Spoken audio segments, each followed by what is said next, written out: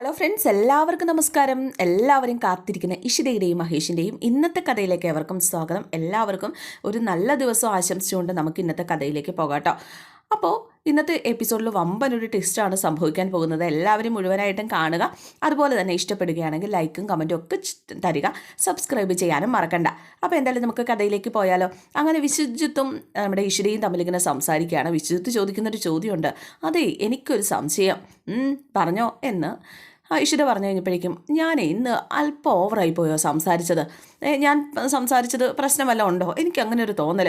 അപ്പോൾ അവൾ പറഞ്ഞു, സംസാരിച്ച വിഷയം കുഴപ്പമൊന്നുമില്ല, പക്ഷെ സിറ്റുവേഷൻ അത്ര ശരിയായില്ല. ഓ, എനിക്കും അങ്ങനെ തോന്നി. വേണ്ടിയിരുന്നില്ല അല്ലേ? സാരമില്ല, എന്തായാലും അത് പിന്നെ ശരിയാക്കാം എന്നൊക്കെ പറഞ്ഞിട്ട് ഓരോന്നിങ്ങനെ പറഞ്ഞുകൊണ്ടൊക്കെ ഇരിക്കുകയാണ്. ആ സമയത്താണ് ഇഷിതയ്ക്ക് ഹോസ്പിറ്റലിൽ നിന്ന് കോള് വരുന്നത്. എന്നാൽ ഞാൻ വെച്ചോട്ടെ, ഹോസ്പിറ്റലിൽ നിന്ന് കോള് വരുന്നുണ്ട് എന്നൊക്കെ ഇങ്ങനെ പറഞ്ഞിട്ട് കോള് കട്ട് ചെയ്യുകയാണ് നമ്മുടെ ഇഷിത. അവൻ വെച്ചോളം പറയുകയും ചെയ്തിരുന്നു. അപ്പോൾ ഹോസ്പിറ്റലിൽ ഒരു എമർജൻസി ഉണ്ട്, അങ്ങോട്ടേക്ക് ചെല്ലാനായിട്ട് ഇഷിതയോട് ഇങ്ങനെ പറഞ്ഞതാണ് ഹോസ്പിറ്റലിൽ നിന്ന്.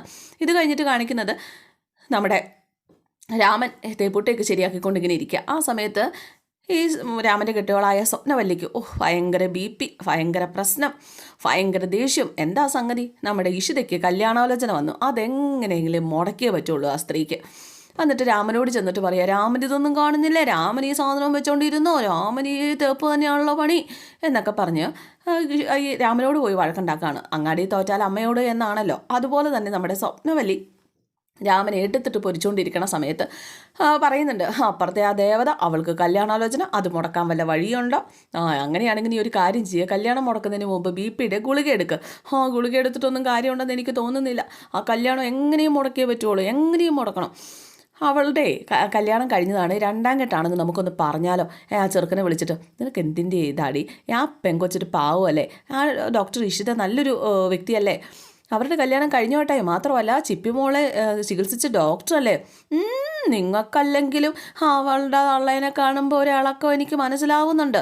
ദേ രാമ, ഞാനുണ്ടല്ലോ, ഞാൻ കാല് കയറി നിൽക്കുക കേട്ടോ എന്നൊക്കെ പറഞ്ഞിട്ട് ഈ മനുഷ്യനെ കടിക്കാനും തിന്നാനും പോവാണ് ഈ സ്വപ്നവല്ലി. എന്തായാലും ഇതൊക്കെ എൻ്റെ വാരഫലം മോശമായതുകൊണ്ടാണ്, ഇല്ലെങ്കിൽ ഇങ്ങനെ ഒന്നും സംഭവിക്കത്തില്ല എന്നും പറഞ്ഞ് സ്വപ്നവല്ലി ഒരു നേർച്ച നേരുക. രാമനെ ഞാൻ പഴനി മല കയറ്റിയേക്കാവേ എന്നും പറഞ്ഞിട്ട്. രാമനാണെങ്കിൽ ഇതിൻ്റെ വാ പൊത്താൻ നോക്കിയിട്ട് പറ്റിയില്ല. ഞാൻ പോണോ? പോണം, പോയേ പറ്റുള്ളൂ. വാരഫലം മോശമാ. ഇതിപ്പോൾ നിൻ്റെ അല്ല, എൻ്റെ വാരഫലം മോശമാണെന്നാണ് തോന്നണേ. ഈ സമയത്താണ് നമ്മുടെ ഇവരുടെ മകള് കയറി വരുന്നത്. അവൾ ഓടി വന്ന അച്ഛനെയും അമ്മേനെയും കെട്ടിപ്പിടിക്കുക. മക്കളെത്ര വലുതായാലും, മക്കളെ കല്യാണം കഴിച്ചു പോയാലും ഒക്കെ അച്ഛനും അമ്മയ്ക്കും മക്കളെ കുഞ്ഞുങ്ങൾ തന്നെയാണല്ലോ അല്ലേ. അപ്പോഴേക്കും സുഖാണോ മോളെ, മോളങ്ങ് മെലിഞ്ഞു പോയല്ലോ എന്നൊക്കെ ഇങ്ങനെ പറയുകയൊക്കെ ചെയ്യുന്നുണ്ട്. അപ്പോഴേക്കും ചിപ്പിമോളെ അച്ഛമ്മയും ചിപ്പിയും വന്നു. അയ്യോ, അച്ഛമ്മ ചിപ്പിമോളെ കണ്ടില്ലാന്നേ, അച്ഛമ്മയുടെ മോളെ കണ്ട് കണ്ണ് മഞ്ഞളിച്ചു പോയി. അപ്പോഴേക്കും കൊച്ചു പറഞ്ഞു, അപ്പയെ കണ്ട് എൻ്റെ കണ്ണും മഞ്ഞളിച്ചു. രാമ, ചിപ്പിയെ ഒന്ന് ഫ്രഷ് ആക്കിയേ എന്ന് പറഞ്ഞപ്പോൾ രാമന് കൊച്ചിയെ കുളിപ്പിക്കാനായിട്ട് കൊണ്ടുപോവുക. സ്വപ്നത്തിൻ്റെ വാരഫലം വളരെ നല്ലതല്ലേ, മോള് വന്നില്ലേ? എത്ര കാലത്തിന് ശേഷമാണ് നമ്മുടെ മോള് മഞ്ജിമ വരുന്നത്. ശരിയാ, നിൻ്റെ വാരഫലം നല്ലത് തന്നെയാണ്, എനിക്കും അങ്ങനെ തോന്നി രാമ. നല്ല സമയമാണ് നമ്മുടേത്. അപ്പോൾ ഞാനിനി പഴനിമല കയറണ്ടല്ലോ അല്ലേ? വേണ്ട രാമ, വേണ്ട, കയറണ്ട കേട്ടോ എന്നൊക്കെ പറഞ്ഞിട്ട് കൊച്ചിനെ കൊണ്ട് രാമൻ അങ്ങോട്ട് പോണു. മോളുമായിട്ട് വിശേഷമൊക്കെ ചോദിക്കുകയാണ് സ്വപ്നവല്ലി. നമ്മുടെ ചിപ്പിമോളുടെ മുടി ശ്രദ്ധിച്ചോ നിങ്ങൾ? ചിപ്പിമോളുടെ മുടിയെ സ്ട്രെയിറ്റ് ചെയ്തിരിക്കുകയാണ്, കൊള്ളില്ല. ചിപ്പിമോൾക്ക് ആ ഒരു ഫിസി ഹെയറാണ് നല്ല ഭംഗിയായിട്ട് തോന്നുന്നത്. എന്തായാലും നമുക്ക് കഥയിലേക്ക് പോകാം. അതെന്തേലും ആട്ടെ. അമ്മയും മോളും കൂടെ ഇരുന്ന് ഭയങ്കര വർത്താനം, സ്വപ്നവല്ലിയും മോളും കൂടെ. നീ അങ്ങ് വല്ലാണ്ടായോ, ഒന്നും കഴിക്കുന്നില്ലേ? അതമ്മയ്ക്ക് വെറുതെ തോന്നുന്നതാണേ. അല്ല, നിൻ്റെ കെട്ടിയോനിപ്പോൾ എങ്ങനെയുണ്ട്? പഴയ അതേ സ്വഭാവം, ഒരു മാറ്റമില്ലാത്ത സ്വഭാവം. ഞാൻ ഉടനെ ഒന്നും തിരിച്ചു പോകുന്നില്ല അമ്മേ. വേണ്ട, നീ പോകണ്ട, എനിക്കൊരു കൂട്ടായിട്ട് നീ ഇവിടെ നിന്നോന്നേ. അതല്ലേ ഞാൻ പറഞ്ഞത്. അയ്യോ, മറന്നു, നീ വല്ലതും കഴിച്ചോ? കഴിക്കാമേ, എന്നാൽ പോയി ഫ്രഷ് ആയിട്ട് വാ, വല്ലതും കഴിക്കാം.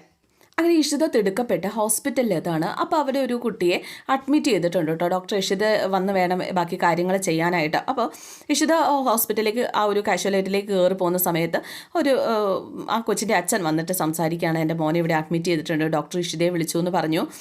എന്തായാലും എൻ്റെ മോന് എന്തോ പ്രശ്നമാണെന്നാണ് പറഞ്ഞത്. രക്ഷിക്കണം ഡോക്ടറെ, പേടിക്കേണ്ട, സമാധാനമായിട്ടിരിക്കും, ഞാനൊന്ന് നോക്കട്ടെ എന്നും പറഞ്ഞിട്ട് ഇഷിത അകത്തേക്ക് കയറി പോവുകയാണ്. ഡോക്ടർ വന്നു എന്നും പറഞ്ഞിട്ട് ബാക്കിയുള്ളവർക്കും ആശ്വാസമായി. അങ്ങനെ ഇഷിത ഡോക്ടർ പരിശോധിക്കുകയാണ്. റിസൾട്ടും എല്ലാം നോക്കി കഴിഞ്ഞപ്പോഴേക്കും ഇഷിതയ്ക്ക് മനസ്സിലായി ഇത് അപൂർവമായിട്ട് വരുന്ന അമീബിക് ജ്വരം ആണ് എന്ന്. അപ്പോൾ അതിൻ്റെ കുറച്ചുകൂടെ കാര്യങ്ങൾ വിശദമായിട്ട് അറിയണമായിരുന്നു, അത് ടെസ്റ്റ് ചെയ്യണമായിരുന്നു, ഒരു സംശയം പോലെയുണ്ട്. എന്നിട്ട് കുട്ടിയുടെ അച്ഛൻ വന്നു കഴിഞ്ഞപ്പോഴേക്കും അച്ഛനോട് ചോദിച്ച് മനസ്സിലാക്കുകയാണ് ലക്ഷണങ്ങളും, ഇതെങ്ങനെ വന്നു എന്നും, എവിടെ നിന്ന് വന്നു എന്നും, പുഴയിൽ കുളിച്ചിട്ടുണ്ടോയെന്നും, നല്ല വെള്ളമായിരുന്നോ, ഇങ്ങനെ കുറേ കാര്യങ്ങളൊക്കെ ചോദിക്കുകയാണ്. ചോദ്യത്തിനും അയാൾ ഉത്തരം പറയുന്നുണ്ട്. ആ ഉത്തരത്തിൽ നിന്ന് ഇഷിതയ്ക്ക് മനസ്സിലാവുകയാണ് താൻ ഉദ്ദേശിച്ച രോഗം തന്നെയാണ്. അപ്പോൾ അത് അച്ഛനോട് തുറന്ന് പറയുന്നുണ്ട്. നിങ്ങൾ പേടിക്കൊന്നും വേണ്ട, പക്ഷേ കൊച്ചിനെ ഐസിയുലേക്ക് ഷിഫ്റ്റ് ചെയ്യേണ്ടി വരും, നിങ്ങൾ പേടിക്കേണ്ട കാര്യമൊന്നുമില്ല കേട്ടോ, ഞങ്ങൾ പരമാവധി നോക്കുന്നുണ്ട്, പേടിക്കേണ്ട, കുഞ്ഞിനെ ചികിത്സിക്കുന്നുണ്ട് എന്നൊക്കെ പറഞ്ഞിട്ട് അച്ഛനെ ഒന്ന് സമാധാനിപ്പിക്കുകയും ഒരു ലാബ് റിപ്പോർട്ടിലേക്ക് ഇതിൻ്റെ സാമ്പിൾ അയക്കാനൊക്കെ ആയിട്ട് നിർദ്ദേശം കൊടുക്കുകയൊക്കെ ചെയ്യണം. അങ്ങനെ ആ കൊച്ചിനെ കാഷ്വാലിറ്റിയിൽ നിന്ന് ഐസിയുലേക്ക് ഇറക്കിക്കൊണ്ട് പോകുന്ന സമയത്ത് കാഷ്വാലിറ്റിയിലേക്ക് മറ്റൊരു രോഗിയെ കൊണ്ടുവരികയാണ്. അപ്പോൾ രക്തത്തിൽ കുളിച്ച പോലീസുകാരൊക്കെ കൂടി കൊണ്ടുവരുന്ന ഒരു മനുഷ്യൻ. അപ്പോൾ ഇഷിതയ്ക്ക് സത്യത്തിൽ ഇവിടെ ഒരു റോളും ഇല്ല, പക്ഷേ ആ കാഷ്വാലിറ്റിയിൽ അവൾ നിന്നതുകൊണ്ട് മാത്രം ഇത് എന്താ കാര്യം എന്നിങ്ങനെ അന്വേഷിക്കുകയാണ്. മാത്രമല്ല പോലീസുകാരനെ ഇഷിതയ്ക്ക് അറിയാമായിരുന്നു. രതീഷ് സാർ അല്ലേ എന്ന് ചോദിച്ചപ്പോൾ അതെ. എന്താ സംഭവിച്ചത്? അതെ, ജയിലിൽ ആടാൻ ശ്രമിച്ചതാണ്, പ്രതിയാണ്, പോലീസ് ഷൂട്ട് ചെയ്തു, നെഞ്ചിലാണ് കൊണ്ടത്. ഈശ്വരാ, പ്രശ്നമാവുമല്ലോ. എന്നിട്ട് നിങ്ങളെന്താ ഗവൺമെൻറ് ഹോസ്പിറ്റലിലേക്ക് കൊണ്ടുപോകാതിരുന്നത് എന്ന് വേറൊരു ഡോക്ടർ ചോദിച്ചപ്പം വളരെ എമർജൻസി ആയതുകൊണ്ടാണ് അടുത്തുള്ള ഈ ഹോസ്പിറ്റലിലേക്ക് കൊണ്ടുപോകുന്നത്. എന്തായാലും ജസ്റ്റ് ഇഷിത ഒന്ന് നോക്കിയിട്ട് പറഞ്ഞു, അയ്യോ ഇത് സർജറി വേണ്ട കേട്ടാ, സർജന് റെഫർ ചെയ്യാമല്ലേ എന്നിങ്ങനെ പറഞ്ഞു കഴിഞ്ഞപ്പോഴേക്കും വേറൊരു ഡോക്ടർ പറഞ്ഞു, ഡോക്ടർ ഇത് നമ്മുടെ മാനേജ്മെൻറ്റിൻ്റെ പെർമിഷൻ വേണ്ട കേസല്ലേ? ഓ ശരിയാണ്, നിങ്ങൾ പോലീസിനോട് പറഞ്ഞു ഇഷിത നിങ്ങൾ MD ഒന്ന് കണ്ടോളൂ കേട്ടോ. അങ്ങനെ നമ്മുടെ പോലീസുകാരൻ ചെന്ന് MDയെ കാണുകയാണ്. ആദ്യം അയാൾ ഇവിടെ അഡ്മിറ്റ് ചെയ്യാമെന്നൊക്കെ സമ്മതിച്ചു. പക്ഷേ ഇത് ഒരു ജയിൽ പുള്ളിയാണ് എന്നും ഒരു കൊലപാതകിയാണ് എന്നും ഒരു റേപ്പിസ്റ്റാണ് ഈ വന്നിരിക്കുന്ന രോഗി എന്നും അറിഞ്ഞതോടുകൂടി MD അത് പറഞ്ഞു, പറ്റില്ല, നിങ്ങൾ ഈ ഹോസ്പിറ്റൽ റെപ്യൂട്ടേഷനെ ബാധിക്കുന്ന കാര്യമാണ്, നിങ്ങൾ ഗവൺമെൻറ് ഹോസ്പിറ്റലിലേക്ക് കൊണ്ടുപോകുള്ളൂ, ഇതിങ്ങനെ വെച്ചുകൊണ്ടിരിക്കാൻ പറ്റില്ല കേട്ടോ. എന്തായാലും ഞങ്ങളൊരു ജീവൻ രക്ഷിക്കാനൊക്കെ നോക്കുമായിരുന്നു, പക്ഷേ ഈ ആളായതുകൊണ്ട് പറ്റില്ല എന്ന് പറഞ്ഞ് MD കയ്യൊഴിയാണ്. പോലീസുകാരൻ വളരെ സങ്കടത്തോടു കൂടിയിട്ടാണ് അതിനകത്ത് നിന്ന് ഇറങ്ങിപ്പോരുന്നത്. കാരണം ഇപ്പോൾ അവരുടെ ഒരു ജീവൻ മരണ പോരാട്ടമായി മാറിയിരിക്കുകയാണ്. സാധാരണ ഇതുപോലെ നെഞ്ചിലൊന്നും വെടിവെക്കാനുള്ള പെർമിഷൻ ഇവർക്കില്ല, ആകെ കാൽമുട്ടിന് താഴെ വെടിവെക്കാനുള്ള പെർമിഷനാണ് ഇവർക്കുള്ളത്. അപ്പോൾ നെഞ്ചിൽ വെടിവെച്ചു എന്ന് പറയുമ്പോൾ ഒരു 100 പേരോട് ഇയാളും ഉത്തരം പറയേണ്ടി വരും, ഇയാളുടെ ജോലി അത് ബാധിക്കും. അങ്ങനെ ഒരുപാട് പ്രശ്നത്തിലാണ് ഈ പോലീസുകാരൻ. അതുകൊണ്ട് തന്നെ അയാൾ ആകെ ടെൻഷൻ അടിച്ചിങ്ങനെ നിൽക്കുകയാണ്. ഇതേ സമയം നമ്മുടെ ഇഷിത പുറത്ത് ആ കുട്ടിയുടെ അച്ഛനോട്, അതായത് ഒരു രോഗിയായിട്ട് ഒരു കുട്ടി വന്നല്ലോ, ആ കുട്ടിയുടെ അച്ഛനോട് സംസാരിക്കുകയാണ്. ലാബ് റിപ്പോർട്ട് നാളെ വരും, പേടിക്കാനൊന്നുമില്ല, ഇപ്പോൾ വേണ്ട കാര്യങ്ങളൊക്കെ ചെയ്തിട്ടുണ്ട്, ആ നാട്ടിലേക്ക് വിളിച്ചിട്ട് ആ പുഴയിൽ ഇനി ആരോടും കുളിക്കരുതെന്ന് പറയണം കേട്ടോ, ഒരു ചീത്ത വെള്ളത്തിൽ നിന്നും വരുന്നൊരു ജ്വരമാണിത് എന്നിങ്ങനെ പറയുക കേട്ടോ. എന്തായാലും ഈ ഒരു സമയത്താണ് പോലീസുകാരൻ പുറത്തേക്ക് ഇറങ്ങി വരുന്നത്. എന്താ ഈ സർജറിക്കുള്ള കാര്യങ്ങളൊക്കെ ചെയ്യാൻ MD സമ്മതിച്ചോ? ഇല്ല, ഈ ഹോസ്പിറ്റലിൽ ചെയ്യാൻ പറ്റില്ലെന്നാണ് പറഞ്ഞത്. MD ആയിട്ട് സംസാരിച്ചില്ലേ? സംസാരിച്ചു, അദ്ദേഹം സമ്മതിക്കുന്നില്ല. ഇഷിതയ്ക്കാണെങ്കിലും ആകെ വല്ലാണ്ടായി കേട്ടോ. ഞാൻ ടോപ്പ് ഒഫീഷ്യൽസിനെ വിളിച്ച് ഞാൻ പറയുകയായിരുന്നു, എന്തെങ്കിലും ഒരു പോസിബിലിറ്റി ഉണ്ടോ ഇതൊന്ന് രക്ഷപ്പെടുത്താനായിട്ട്. അപ്പോൾ അയ്യോ ഐ ആം ഹെൽപ്ലെസ് എന്ന് ഇഷിത പറഞ്ഞപ്പോഴേക്കും, ഒരു മരണം ഉണ്ടായാൽ ഞാൻ സഹിതം തൂങ്ങും, ആ ഒരവസ്ഥയാണ്. മീഡിയ റിപ്പോർട്ട് ചെയ്യുന്നത് എങ്ങനെയായിരിക്കുമെന്ന് ഊഹിക്കാലോ. എന്തായാലും നെഞ്ചിൽ തന്നെ ഷൂട്ട് ചെയ്ത് ശരിയായില്ല, സംഭവിച്ചു പോയി, ഇനി പറഞ്ഞിട്ട് കാര്യമില്ല. എന്നെ അതിനേക്കാൾ വേദനിപ്പിക്കുന്നത് മറ്റൊരു കാര്യമാണ്. അയാൾ ജയിലിൽ ചാടി പുറത്ത് വന്നപ്പോൾ പോലീസ് അയാളെ വളഞ്ഞു. എന്നാൽ അയാൾ രക്ഷപ്പെടാനായിട്ടൊന്നും ശ്രമിച്ചില്ല. അയാൾ യാചിക്കുന്നത് പോലെ ഒരു കാര്യം മാത്രമാണ് പറയുന്നത്, എൻ്റെ മകളെ ഞാനൊന്ന് കണ്ടോട്ടെ എന്ന് പലതവണ ദയനീയമായിട്ട് പറയുന്നുണ്ടായിരുന്നു. ആ സമയത്താണ് ഒരു പോലീസുകാരൻ ഷൂട്ട് ചെയ്തത്. അയാൾ മരിച്ചാൽ വലിയൊരു ശാപം കൂടി ആവുമല്ലോ എന്ന് പോലീസ് എങ്ങനെ പറഞ്ഞു കഴിഞ്ഞപ്പോഴേക്കും ഇഷിത പറഞ്ഞു, ഞാൻ MDയോടൊന്ന് സംസാരിച്ച് നോക്കട്ടെ. എങ്ങനെയാലും സംസാരിച്ച് നോക്കുക. അങ്ങനെ ഇഷിത MDയെ കാണാനായിട്ട് ചെല്ലുകയാണ്. ഇഷിതയ്ക്ക് എന്തെങ്കിലും ഇഷ്യൂസ് എന്ന് MD ഇങ്ങനെ ചോദിക്കുക. ഇഷിതയെ കണ്ടു കഴിഞ്ഞപ്പോഴേക്കും അപ്പോൾ ഇഷിത അവിടെ ഇരുന്നു കേട്ടോ. അല്ല ഡോക്ടർ, ഇഷിത ഇങ്ങനെ വരുമ്പോൾ എന്തെങ്കിലും ഇഷ്യൂസ് ഉണ്ടോ?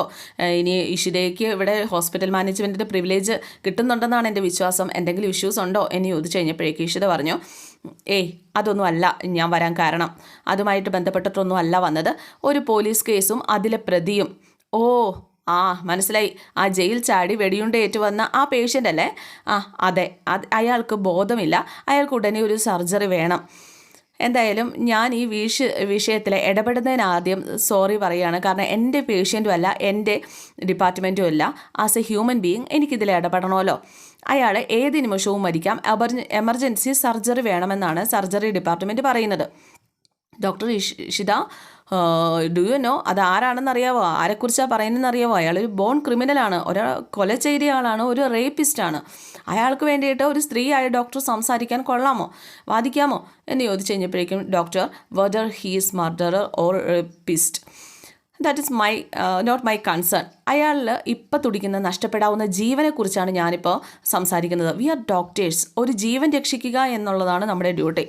ഇപ്പോൾ കോടതി ശിക്ഷിച്ച ഒരാൾ, അതും കൊലപാതകത്തിന്, ബലാത്സംഗം ചെയ്തയാൾ, എങ്ങനെ? അപ്പോൾ അതൊന്നും നമ്മൾ അന്വേഷിക്കേണ്ട വിഷയമല്ലല്ലോ. ലളിതമായ ഒരു ചോദ്യം. ഈ ഹോസ്പിറ്റലിൽ മരണത്തോട് മല്ലടിക്കുന്ന ഒരാൾ എത്തിയിട്ടുണ്ട്. ആ ജീവൻ വിലപ്പെട്ടതാണോ? ഇഷിതയ്ക്ക് അറിയില്ലേ ഈ ഹോസ്പിറ്റലിൻ്റെ റെപ്യൂട്ടേഷൻ, അത് നശിപ്പിക്കാമോ? അപ്പോൾ എങ്ങനെയാണ് നമ്മുടെ ഈ ഹോസ്പിറ്റലിൻ്റെ റെപ്യൂട്ടേഷനും ഇതുപോലെ വിലയുമൊക്കെ ഉണ്ടായത്? മരണം വാതിലിൽ നിൽക്കുന്ന ഒരാളെ തിരിച്ചയച്ചതുകൊണ്ടല്ലേ, നമ്മൾ രക്ഷിച്ചതുകൊണ്ടല്ലേ ഡോക്ടർ. നമ്മളിപ്പോൾ മാറിയില്ലെങ്കിൽ നമ്മൾ വളരില്ല ഡോക്ടർ. നമ്മൾ വളർന്നില്ലെങ്കിൽ നമ്മൾ ശരിക്കും ജീവിക്കുന്നുമില്ലല്ലോ എന്നൊക്കെ പറയുക കേട്ടോ. അപ്പോൾ ഡോക്ടർ, ഞാൻ നിസ്സഹായനല്ലേ. ഇത് അനുവദിച്ചു കഴിഞ്ഞിട്ടുണ്ടെങ്കിൽ ബോർഡ് മീറ്റിങ്ങിൽ നാളെ ഞാൻ ഉത്തരം പറയേണ്ടി വരില്ലേ? അപ്പോൾ ഇഷിത പറഞ്ഞു, താങ്കൾക്ക് ബോർഡ് മീറ്റിങ്ങിനെയാണോ ഭയം? എനിക്ക് ഏത് നിമിഷവും നഷ്ടപ്പെടാവുന്ന ആ ഒരു ജീവനെക്കുറിച്ച് ഓർത്തിട്ടാണ് സാർ ഭയം. അയാൾ തെറ്റ് ചെയ്തിട്ടുണ്ടാകാം, എങ്കിൽ അയാൾ ജീവിക്കേണ്ടത് അത്യാവശ്യമല്ലേ? ആ ജീവിതം അയാളെ പാഠങ്ങൾ പഠിപ്പിക്കട്ടെ. അത് മനസ്സിലാക്കാൻ അയാൾ ജീവിക്കണം, അയാൾ പഠിക്കട്ടെ. അയാളുടെ തെറ്റുകൾ ജീവിച്ച് തന്നെ മനസ്സിലാക്കണം. നമ്മുടെ മുമ്പിൽ നിൽക്കുന്നത് വെറും ജീവനാണ്, ജീവൻ. അതിൻ്റെ വില അറിയാലോ. അതിനെ രക്ഷിക്കാൻ കഴിയില്ല എന്നാണ് പറയുന്നതെങ്കിൽ നമ്മൾ ഈ പ്രൊഫഷനിൽ തുടരാൻ അർഹതയുള്ളവരാണോ? അപ്പോൾ ഡോക്ടർ പറയുന്നതൊക്കെ എനിക്ക് മനസ്സിലാവുന്നുണ്ട്. പക്ഷേ ഈ ഹോസ്പിറ്റലിൻ്റെ ഡോക്ടർ, പ്ലീസ്, ഓരോ സെക്കൻഡും വിലപ്പെട്ടതാണ്. ഇങ്ങനെ സംസാരിച്ചിരിക്കാൻ നേരമില്ല. ഏറ്റവും അപകടകരമായ രീതിയിൽ രോഗി എത്തുമ്പോൾ ഓരോ ഡോക്ടേഴ്സും മനസ്സിൽ പറയും, ദൈവമേ രക്ഷിക്കണേ എന്നും. പ്രാർത്ഥിക്കാനായിട്ട് നമ്മൾ പറയുകയും ചെയ്യും ബന്ധുക്കളോട്. എന്താ അതിനർത്ഥം? ജീവൻ ദൈവത്തിൻ്റേതാണ്. ആ ജീവൻ രക്ഷിക്കേണ്ട ചുമതല നമ്മുടേതാണ്. എന്തായാലും ഡോക്ടർ തന്നെ തീരുമാനിക്കുക എന്ന് പറഞ്ഞിട്ട് ഇഷിത പോകാനായിട്ട് തുടങ്ങുകയാണ്. എന്തായാലും എം ഡി ധർമ്മസങ്കടത്തിലായെങ്കിലും ഇഷിതയുടെ വാക്കുകൾ തള്ളിക്കളയാൻ എം ഡിക്ക് ആയില്ല. ഇഷിതയുടെ വാക്കുകൾ അയാളുടെ കണ്ണ് തുറപ്പിച്ചു എന്ന് തന്നെ വേണം പറയാൻ. എന്തായാലും ഓർഡർ ഇടുകയാണ് സർജറിക്കുള്ളത്. അപ്പോൾ സർജറിക്കുള്ള ഓർഡർ ഇട്ടു. അങ്ങനെ കാഷ്വാലിറ്റിയിലേക്ക് അറിയിച്ചു. സർജറി ആ ഒരു ഓപ്പറേഷൻ തിയേറ്ററിലേക്ക് ഇയാളെ മാറ്റുകയാണ്. ഇയാളെ ഓപ്പറേഷൻ തിയേറ്ററിലേക്ക് മാറ്റി അയാളെ അങ്ങ് കൊണ്ടുപോകുന്ന സമയത്ത് അവിടെ നിന്ന ഒരു സിസ്റ്റർക്ക്, അതായത് ഇഷിതയെ വിളിച്ച് കാര്യങ്ങളൊക്കെ പറയുന്ന ഒരു സിസ്റ്റർ ഉണ്ടല്ലോ, ആ സിസ്റ്റർക്ക് അയാളുടെ ആ ഒരു പോക്കറ്റിൽ നിന്നും താഴെ വീണു പോയൊരു ഫോട്ടോ കിട്ടുകയാണ് കേട്ടോ. പെട്ടെന്ന് തന്നെ ആ സിസ്റ്റർ അത് എടുക്കുക, ആരും കാണാതെ എടുത്ത് ഒളിപ്പിക്കുകയും ചെയ്തു. എന്തായാലും ഇഷിതയോട് പോലീസുകാർ നന്ദി പറയുകയാണ്. എന്തായാലും ഇത്രയും വൈകാൻ പാടില്ല, സർജറി സക്സസ് ആവാൻ കുറച്ചുകൂടെ നേരത്തെ വേണം എന്ന് പറഞ്ഞപ്പോഴേക്കും സർജറി സക്സസ് ആകും, അതാണ് ഞങ്ങളുടെ ആവശ്യമാണ് എന്ന് പോലീസുകാരിങ്ങനെ പറയുകയാണ്. എന്നിട്ട് ചോദിച്ചു, അല്ല ഈ ഒരു കൗതുകം കൊണ്ട് ചോദിക്കുകയാണ്, ഇയാളുടെ ബാക്ക്ഗ്രൗണ്ട്, ഇയാളുടെ കേസ് അപ്പം മർഡറും റേപ്പുമാണ്, അപ്പോൾ അതിൽ എന്താ ഇത്ര കൗതുകം കൊണ്ട് ചോദിക്കാൻ ഇഷിത പറഞ്ഞപ്പോൾ പോലീസുകാരൻ ചോദിക്കുക, അല്ല സാറ് പറഞ്ഞ കാര്യം എന്നെ സ്പർശിച്ചു. ജയിലിൽ ചാടിയ അയാൾ നിങ്ങൾ വളയുന്ന സമയത്തും അയാൾ രക്ഷപ്പെടാൻ ശ്രമിച്ചില്ല, സ്വന്തം മകളെ കാണണമെന്നാണ് പറഞ്ഞത്. എന്തോ അയാളിലൊരു ദുരന്തമുണ്ടായിരിക്കണം. അപ്പം ഇതൊരു കഥാകാരിയുടെ മനസ്സാണല്ലോ എന്ന് പോലീസുകാരൻ പറഞ്ഞപ്പോഴേക്കും, എല്ലാവരും ഓരോ കഥാകാരാണല്ലോ, ചില മനുഷ്യരെ നമ്മൾ തിരിച്ചറിയാൻ വൈകുമായിരിക്കും, ഈ മനുഷ്യനും ആ ഒരു കാറ്റഗറിയിൽ ഒരാളാകാനല്ലേ ചാൻസ്. അപ്പോഴേക്കും പോലീസുകാരനൊന്ന് പുഞ്ചിരിക്കുക. എന്നാൽ ശരി സാർ, എൻ്റെ ഡ്യൂട്ടി കഴിഞ്ഞു, ഞാൻ പോവാണ്. Once again thank you doctor കാരണമാണ് ഈ ഒരു അവസരം കിട്ടിയത്. ശരി, കാണാമെന്നും പറഞ്ഞ് ഡോക്ടർ ഇഷിത അവിടെ നിന്ന് പോവുകയാണ്. പോകുന്ന സമയത്തും അവളെ എന്തോ അങ്ങോട്ടേക്ക് പിടിച്ച് വലിക്കുന്നത് പോലെ തോന്നുന്നുണ്ട്. ആ കഥയറിയാൻ ഒരു ആകാംക്ഷ. ഇതേ സമയമുണ്ടല്ലോ നമ്മുടെ സ്വപ്നവല്ലിയും മകളും കൂടി ഇരുന്നിട്ട് വിശേഷവും പരദൂഷണവും ഒക്കെ പറഞ്ഞുകൊണ്ടിങ്ങനെ ഇരിക്കുകയാണ്. അടുത്ത വീട്ടിലൊരു ഡോക്ടറുണ്ട്, ഇഷിത. എനിക്ക് ഡോക്ടർമാരെ കണ്ടെടുത്താക്കാണ്ടൂടെ, രോഗികളുടെ ഇടയ്ക്ക് ഇങ്ങനെ കിടക്കുന്ന സാധനങ്ങളല്ലേ, അതുകൊണ്ടല്ലേ മഹേഷിനെയും നിന്നെയും ഞാൻ ഡോക്ടറാക്കാതിരുന്നത്. ശരിയാ, എനിക്ക് IAS വരെ കിട്ടിയാനെ, ഞാൻ എഴുതാതിരുന്നതല്ലേ, കിട്ടിയിട്ട് എന്താ കാര്യം? അയ്യോ, ഒരു പഠിത്തം ഇല്ലാത്ത ചില രാഷ്ട്രീയക്കാരുടെ മുന്നിൽ പോയി നിന്ന് തല ചൊറിയണ്ടേ, അതുകൊണ്ടാണ് ഞാൻ IAS വേണ്ടാന്ന് വെച്ചത് എന്ന് മോള് പറയുക കേട്ടോ. തള്ളയ്ക്ക് പറ്റിയ മോള്. അമ്മേ, ഞാൻ വേഗം എത്താൻ കാരണമേ നിവേദ് എന്നെ വിളിച്ചിരുന്നു. അവൻ ഏതോ പെൺകുട്ടി ഇഷ്ടമാണെന്നോ അവൻ്റെ വീട്ടിലേക്ക് വിവേക് വിളിച്ചിരുന്നു അവൻ്റെ വീട്ടിലേക്ക് ഏതോ പെൺകുട്ടിയുടെ വീട്ടുകാർ വരുന്നുണ്ടെന്നോ ചേച്ചി നിർബന്ധമായിട്ടും വരണമെന്ന് പറഞ്ഞു. അവൻ എന്നോടും പറഞ്ഞായിരുന്നു. അല്ല അതിരിക്കട്ടെ, മഹേഷിൻ്റെ കാര്യം എങ്ങനെയങ്ങ് നിർത്തിയാൽ മതിയോ? അവനൊരു പെണ്ണൊക്കെ വേണ്ടേ? നോക്കുന്നുണ്ട് മോളെ, അവനൊരു ലൈനുണ്ടോ എന്ന് എനിക്കൊരു സംശയമുണ്ട് എന്നും മോള് പറഞ്ഞപ്പോഴേക്കും സ്വപ്നവല്ലി വായും പൊളിച്ചിങ്ങനെ നിൽക്കുക. അപ്പോൾ ഇന്നത്തെ എപ്പിസോഡ് ഇവിടെ അവസാനിക്കുകയാണ്. എല്ലാവർക്കും ഇഷ്ടമായി എന്ന് വിചാരിക്കുന്നു. ഇഷ്ടപ്പെട്ടിട്ടുണ്ടെങ്കിൽ ലൈക്ക് ചെയ്യുക. ആദ്യം നിങ്ങൾ സബ്സ്ക്രൈബ് ചെയ്യുക. അതിനുശേഷം ലൈക്കും കമൻറ്റും ഒക്കെ പോരട്ടെ. C okay, thank you.